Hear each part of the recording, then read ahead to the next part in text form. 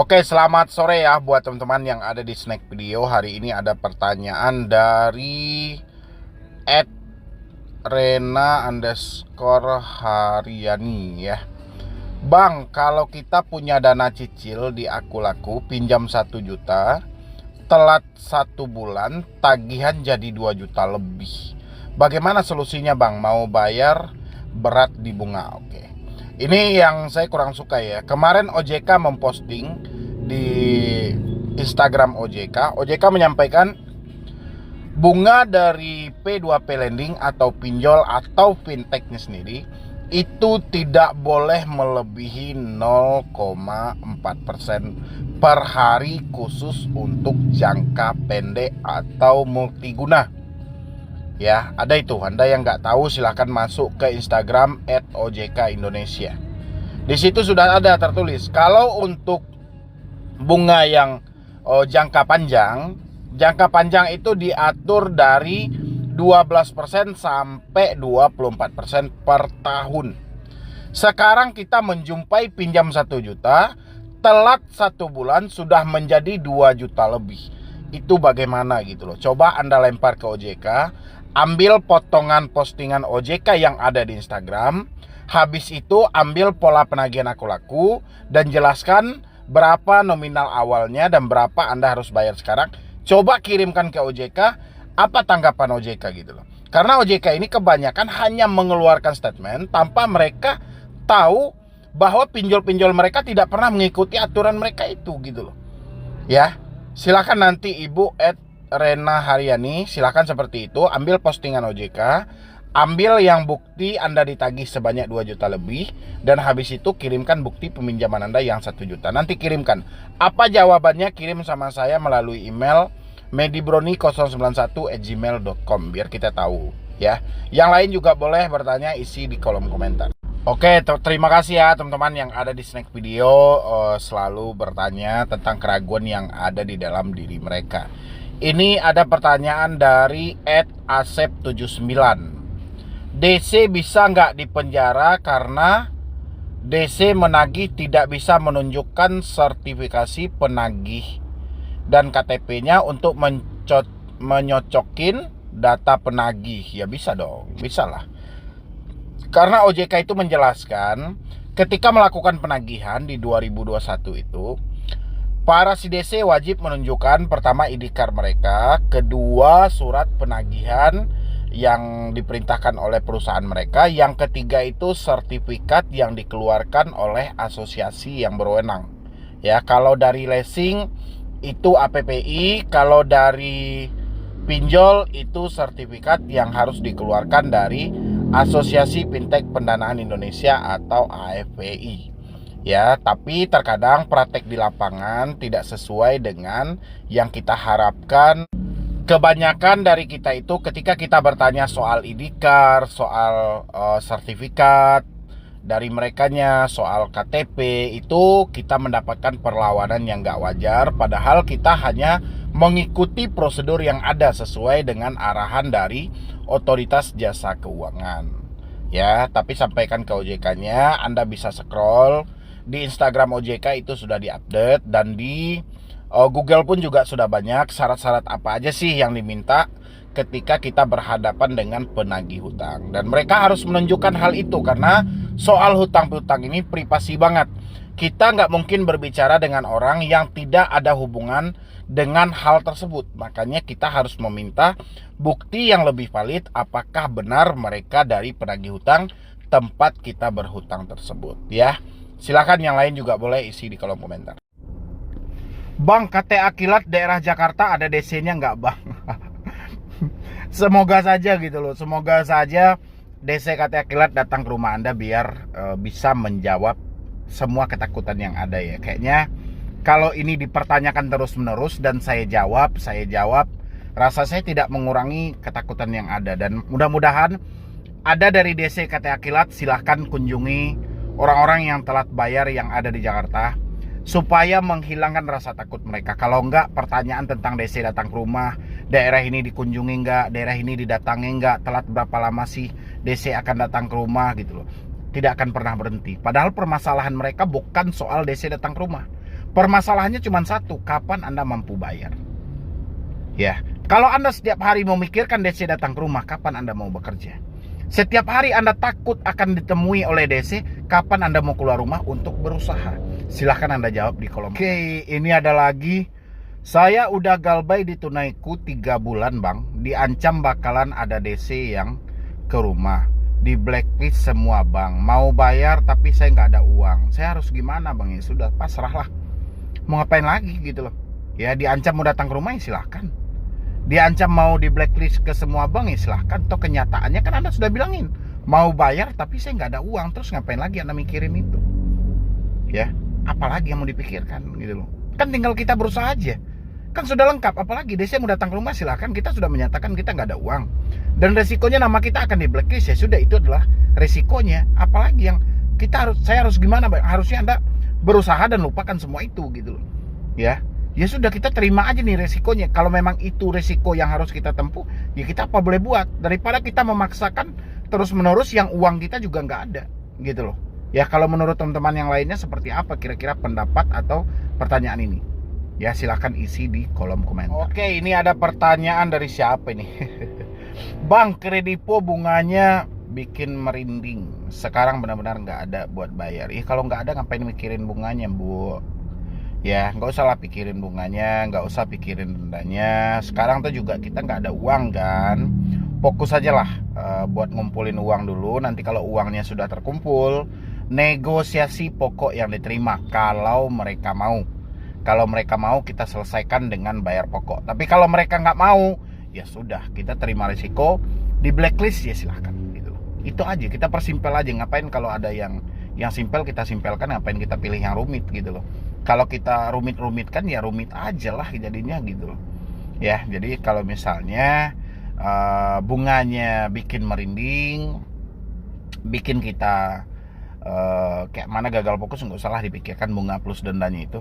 Fokus aja ke pokoknya, atau juga hari ini duitnya sudah nggak ada, fokus ngumpulin uang dulu. Dan ya, ini lagi ya yang paling unik juga, ada pertanyaan dari @devi_al ya. Bang, DCS pinjam datang ke rumah setelah berapa hari galbay ya? DC Shopee S pinjam ya, atau Spy Letter atau Shopee akan datang ke rumah setelah berapa hari galbay ya? Gak ada sih, sama juga dengan yang tadi itu gitu loh. Yang jadi pertanyaan saya, apa sih yang ditakutkan untuk DC datang ke rumah? Atau memang keadaan Anda saat ini itu, Anda gagal bayar ini bukan disengaja loh, bukan dibuat-buat loh, memang keadaan hidup gitu loh. Terus ngapain kita membebankan diri dengan kedatangan DC ke rumah? Ya, atau memikirkan DC datang setelah berapa hari sih gitu loh. Ya, saya rasa ini aja sih. Mungkin Anda pertama tidak bisa menerima keadaan Anda saat ini, kedua malu sama orang sekitar, ketiga mungkin sedang ada kebohongan yang Anda tutupi, atau Anda tidak pengen keluarga tahu dengan alasan ada riwayat jantung atau apalah gitu kan, atau suami tahu nanti dicerai atau gimana lah gitu, atau orang sekitar tahu nanti diponis miskin. Saya rasa kalau memang alasan Anda adalah 3 hal tadi, lebih baik hapus pencitraan yang ada dalam hidup Anda sebelum pemikiran itu menghancurkan Anda nantinya. Kebanyakan orang-orang yang selalu berpikiran hal seperti ini, dia tanpa berpikir panjang lanjut untuk menggali lubang tutup lubang, sehingga beban yang semulanya kecil akan menjadi berat tanpa dia sadari. Mendingan kita fokus menata hidup ke depannya. Persetan dengan DC datang ke rumah, silahkan, mereka mau datang juga nggak ada urusan kita. Yang penting kita sudah nyampaikan duit nggak ada. Ya, mana tahu menjelang kedatangan mereka duit kita sudah ada, kita bayarkan. Kalau nggak ada juga kita sampaikan aja lah, saya belum ada uang dan saya belum mampu bayar. Udah selesai. Ya, ngapain kita beban-bebankan dengan hal-hal yang nggak penting. Terima kasih ya selalu ya buat teman-teman yang ada di Snack Video, selalu bertanya soal keraguan-keraguan yang ada di dalam diri dia, supaya tidak salah bertindak ya. Hari ini ada dari Eulis Ade gitu ya. Aku laku telat berapa hari DC datang ke rumah gini. Pak atau ibu saya nggak tahu nih ya, atau bapak apakah ibu saya nggak tahu. Yang jelas gini aja. Soal telat berapa lama ya, atau telat berapa hari DC akan datang ke rumah, saya rasa tidak ada yang bisa memastikan dari pertanyaan ini. dan jawabannya itu akan bercampur aduk. Ada yang bilangin telat 1 minggu DC sudah datang, ada yang bilangin juga telat 1 bulan DC akan datang, ada yang bilangin telat 3 bulan DC akan datang. Ada juga yang bilangin sudah 1 tahun, 6 bulan, dan seterusnya DC tidak datang. Kita mau percaya soal mana? Ya, karena jawabannya akan bervariasi. Bapak mau percaya di jawaban nomor mana? Ya, apakah telat 1 minggu DC akan datang, telat 1 bulan, telat 2 bulan, atau 3 bulan, 4 bulan, 5 bulan, 6 bulan, 7 bulan, 8 bulan, 9 bulan, sampai setahun DC tidak datang. Jadi jawaban dari pertanyaan yang Anda tanyakan ini, yang pastinya itu tidak ada yang pasti. Jadi saran saya, jangan kita membebankan diri dengan sesuatu yang jelas-jelas ini bukan ranah kita. Memang tujuan Anda adalah mungkin sedia payung sebelum hujan, ingat sebelum kena ya, tapi bukan berarti kita harus membebankan diri kita kapan si DC akan datang. Yang jelasnya DC akan datang ke rumah begitu ada perintah dari perusahaannya. Dan mereka akan mendatangi daerah-daerah yang akan terjangkau oleh mereka. Ya, tapi tidak bisa dipukul rata. Soal pertanyaan Anda ini tidak ada jawaban yang pasti. Lebih baik saat ini kita fokus kayak mana mengumpulkan uang.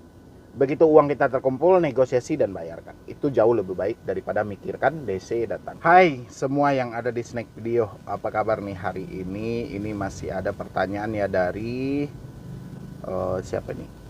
Yuli Surat gitu ya. Dia bertanya tentang aku laku dan pinjam duit. Bang, di aku laku pinjam duit bisa dicicil nggak ya? Kalau dibayar langsung belum ada uangnya. Oke. Memang banyak orang-orang berinisiatif ingin menyelesaikan hutang piutang mereka yang ada di pinjol dengan cara dicicil gitu ya. Tapi mencicil sendiri memang adalah opsi yang terbaik ketika kita gagal bayar dan telat bayar pinjol. Tapi ini harus waspada juga ya. Kalau tidak ada kesepakatan dengan pihak pinjolnya, jangan pernah coba-coba untuk mencicil karena duit yang Anda berikan akan hilang tanpa mengurangi hutang yang ada.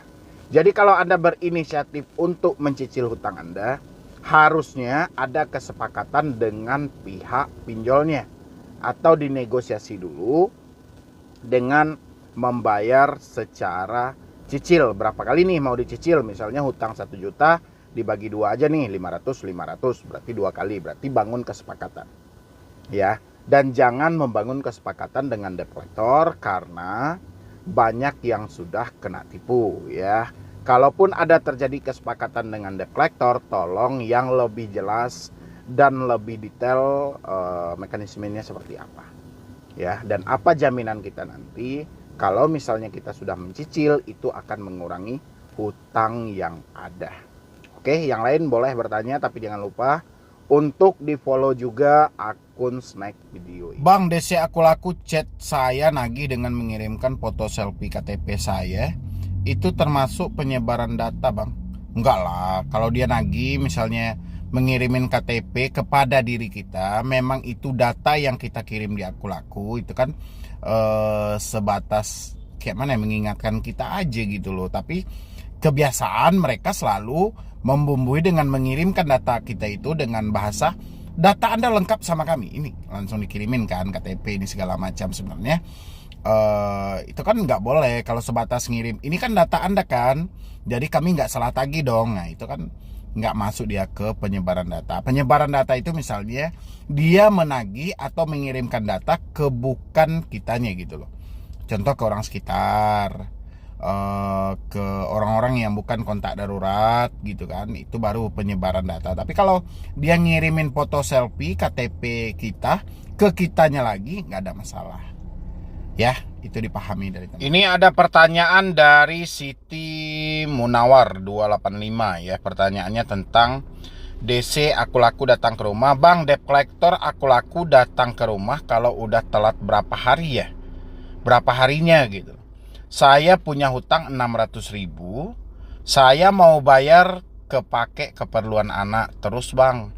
Jadi udah telat 5 hari. Oke, Bo, itu kan hutangnya nggak seberapa ya, 600.000. Mungkin persi ketika kita tidak ada uang ya jelas itu akan menjadi berat. Dan saran saya sih kalau dengan nominalnya cuma 600.000, ibu sisihkan saja tanpa perlu ibu memikirkan mau DC-nya datang telat berapa kek, mau datangnya setelah berapa kek. Itu nggak jadi permasalahan kita. Yang jadi permasalahan ibu saat ini adalah ibu sisihkan uangnya, kumpulkan uangnya ya di antara kebutuhan hidup ibu atau keperluan anak ibu dengan menyisihkan untuk membayar hutangnya ya. Jadi nggak perlulah hutang 600.000 ibu membebankan diri dengan DC ini datang nggak setimpal bu dengan pemikiran yang ada gitu loh ya. Kecuali utang ibu puluhan juta itu nggak ada masalah, ini cuma 600.000 kok gitu loh. Saya paham juga kalau di tengah situasi kita nggak ada uang ya pasti itu akan terasa berat, tapi bukan berarti itu yang selalu kita pikirkan ya. Mendingan ibu berpikir optimis saja buat kedepannya, kayak mana ibu bisa mengatasi kesulitan-kesulitan hidup saat ini, habis itu menyisihkan sedikit uang ibu ya untuk menyelesaikan hutang-hutang yang ada ya. Jadi ibu nggak perlu lagi nih memikirkan debt collector mau datang kapan, mau kapan, terserah lah ya. Yang lain silahkan yang mau bertanya, tapi jangan lupa untuk di follow juga. Ini lagi buat teman-teman yang ada di Snack, terima kasih ya. Ini ada pertanyaan di Zeni Fadliana gitu ya. Dia bertanya, Kak, tadi DC kredit pintar ke rumah saya, tapi cuma nyari saya nggak ada, terus pergi tanpa masuk rumah, cuma ambil foto rumah, katanya kunjungan. Maksudnya apa ya Kak itu? Oke, DC datang ke rumah Anda, mengambil foto rumah Anda, atau dia berfoto di rumah Anda, itu hanya sebatasan untuk laporan ke pihak perusahaan mereka bahwa mereka telah pergi berkunjung ke rumah Anda sesuai perintah perusahaan. Dan itu kan juga salah satu prosedur, karena memang zaman sekarang ya, manusia ke manusia berikutnya itu tidak saling percaya. Saya perhatikan hampir di semua pekerjaan dan apapun itu selalu mempercayai handphone daripada orangnya langsung ya. Contoh ya, kita tengok lah nih kegiatan-kegiatan lah, misalnya lagi potong rumput dipoto dikirim ke atasan, lagi kunjungan dipoto dikirim ke atasan ya. Berarti orang sekarang lebih percaya dengan smartphone daripada manusianya ya. Itu kan sudah mengurangi yang namanya apa ya, silaturahmi yang kayak mana, kurang paham juga ya. Cuman intinya itu orang lebih percaya sama handphone daripada sama manusianya gitu loh ya. Padahal handphone ini pembohong semuanya. Saya lihat juga itu banyak juga orang-orang yang bekerja dengan penuh pencitraan, padahal dia baru datang nih, nanti disuruh temannya, fotoin dong aku dong ya, dikirim. Nah, jadi seakan-akan orang sudah percaya. Dan kita balik ke konteksnya, kalau misalnya ada DC yang berkunjung terus dia ambil foto rumah Anda, itu hanya sebatas laporan untuk perusahaannya ya, nggak usah khawatir. Maaf bang, bilang pertumpah darahannya itu pas datang ke rumah saya, bukan lewat WA atau telepon. Oke Pak, itu kan ada nomor WA-nya ya. Coba Bapak telepon lagi nanti, habis itu Bapak rekam ya, tanyakan kemarin Anda pas datang terus Anda bilangin akan terjadi pertumpah darahan, itu maksudnya apa gitu ya. Dan kita butuh bukti rekamannya. Anda dari aku laku, apakah ini dibenarkan atau tidak, gituin aja gitu loh ya, supaya kita ada bukti. Dan mau maaf juga Bapak tinggalnya di daerah mana ini gitu loh ya. Dari Bapak realfunya tinggalnya di daerah mana, nanti Bapak bisa bergabung di dalam grup WhatsApp saya aja, cuma adanya di YouTube Pak. YouTube saya Solusi Hutang MB.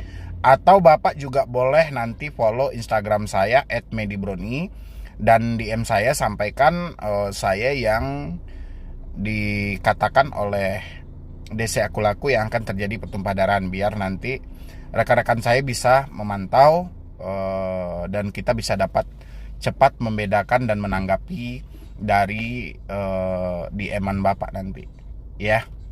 Dan buat teman-teman yang lain juga boleh seperti itu. Kalau misalnya kita diancam dan ditekan oleh pihak-pihak aplikasi, saya harap berhenti membayar secara online ya, jangan dilanjutkan lagi gitu loh. Takutnya kalau kita lanjutkan pembayarannya, si DC-nya jadi kebiasaan ya. Oke, selamat siang ya, atau selamat sore ya buat teman-teman yang ada di Snack Video. Hari ini saya mau menjawab pertanyaan Suryanto 838. Pertanyaannya, apakah jasa joki bisa dipercaya gitu loh?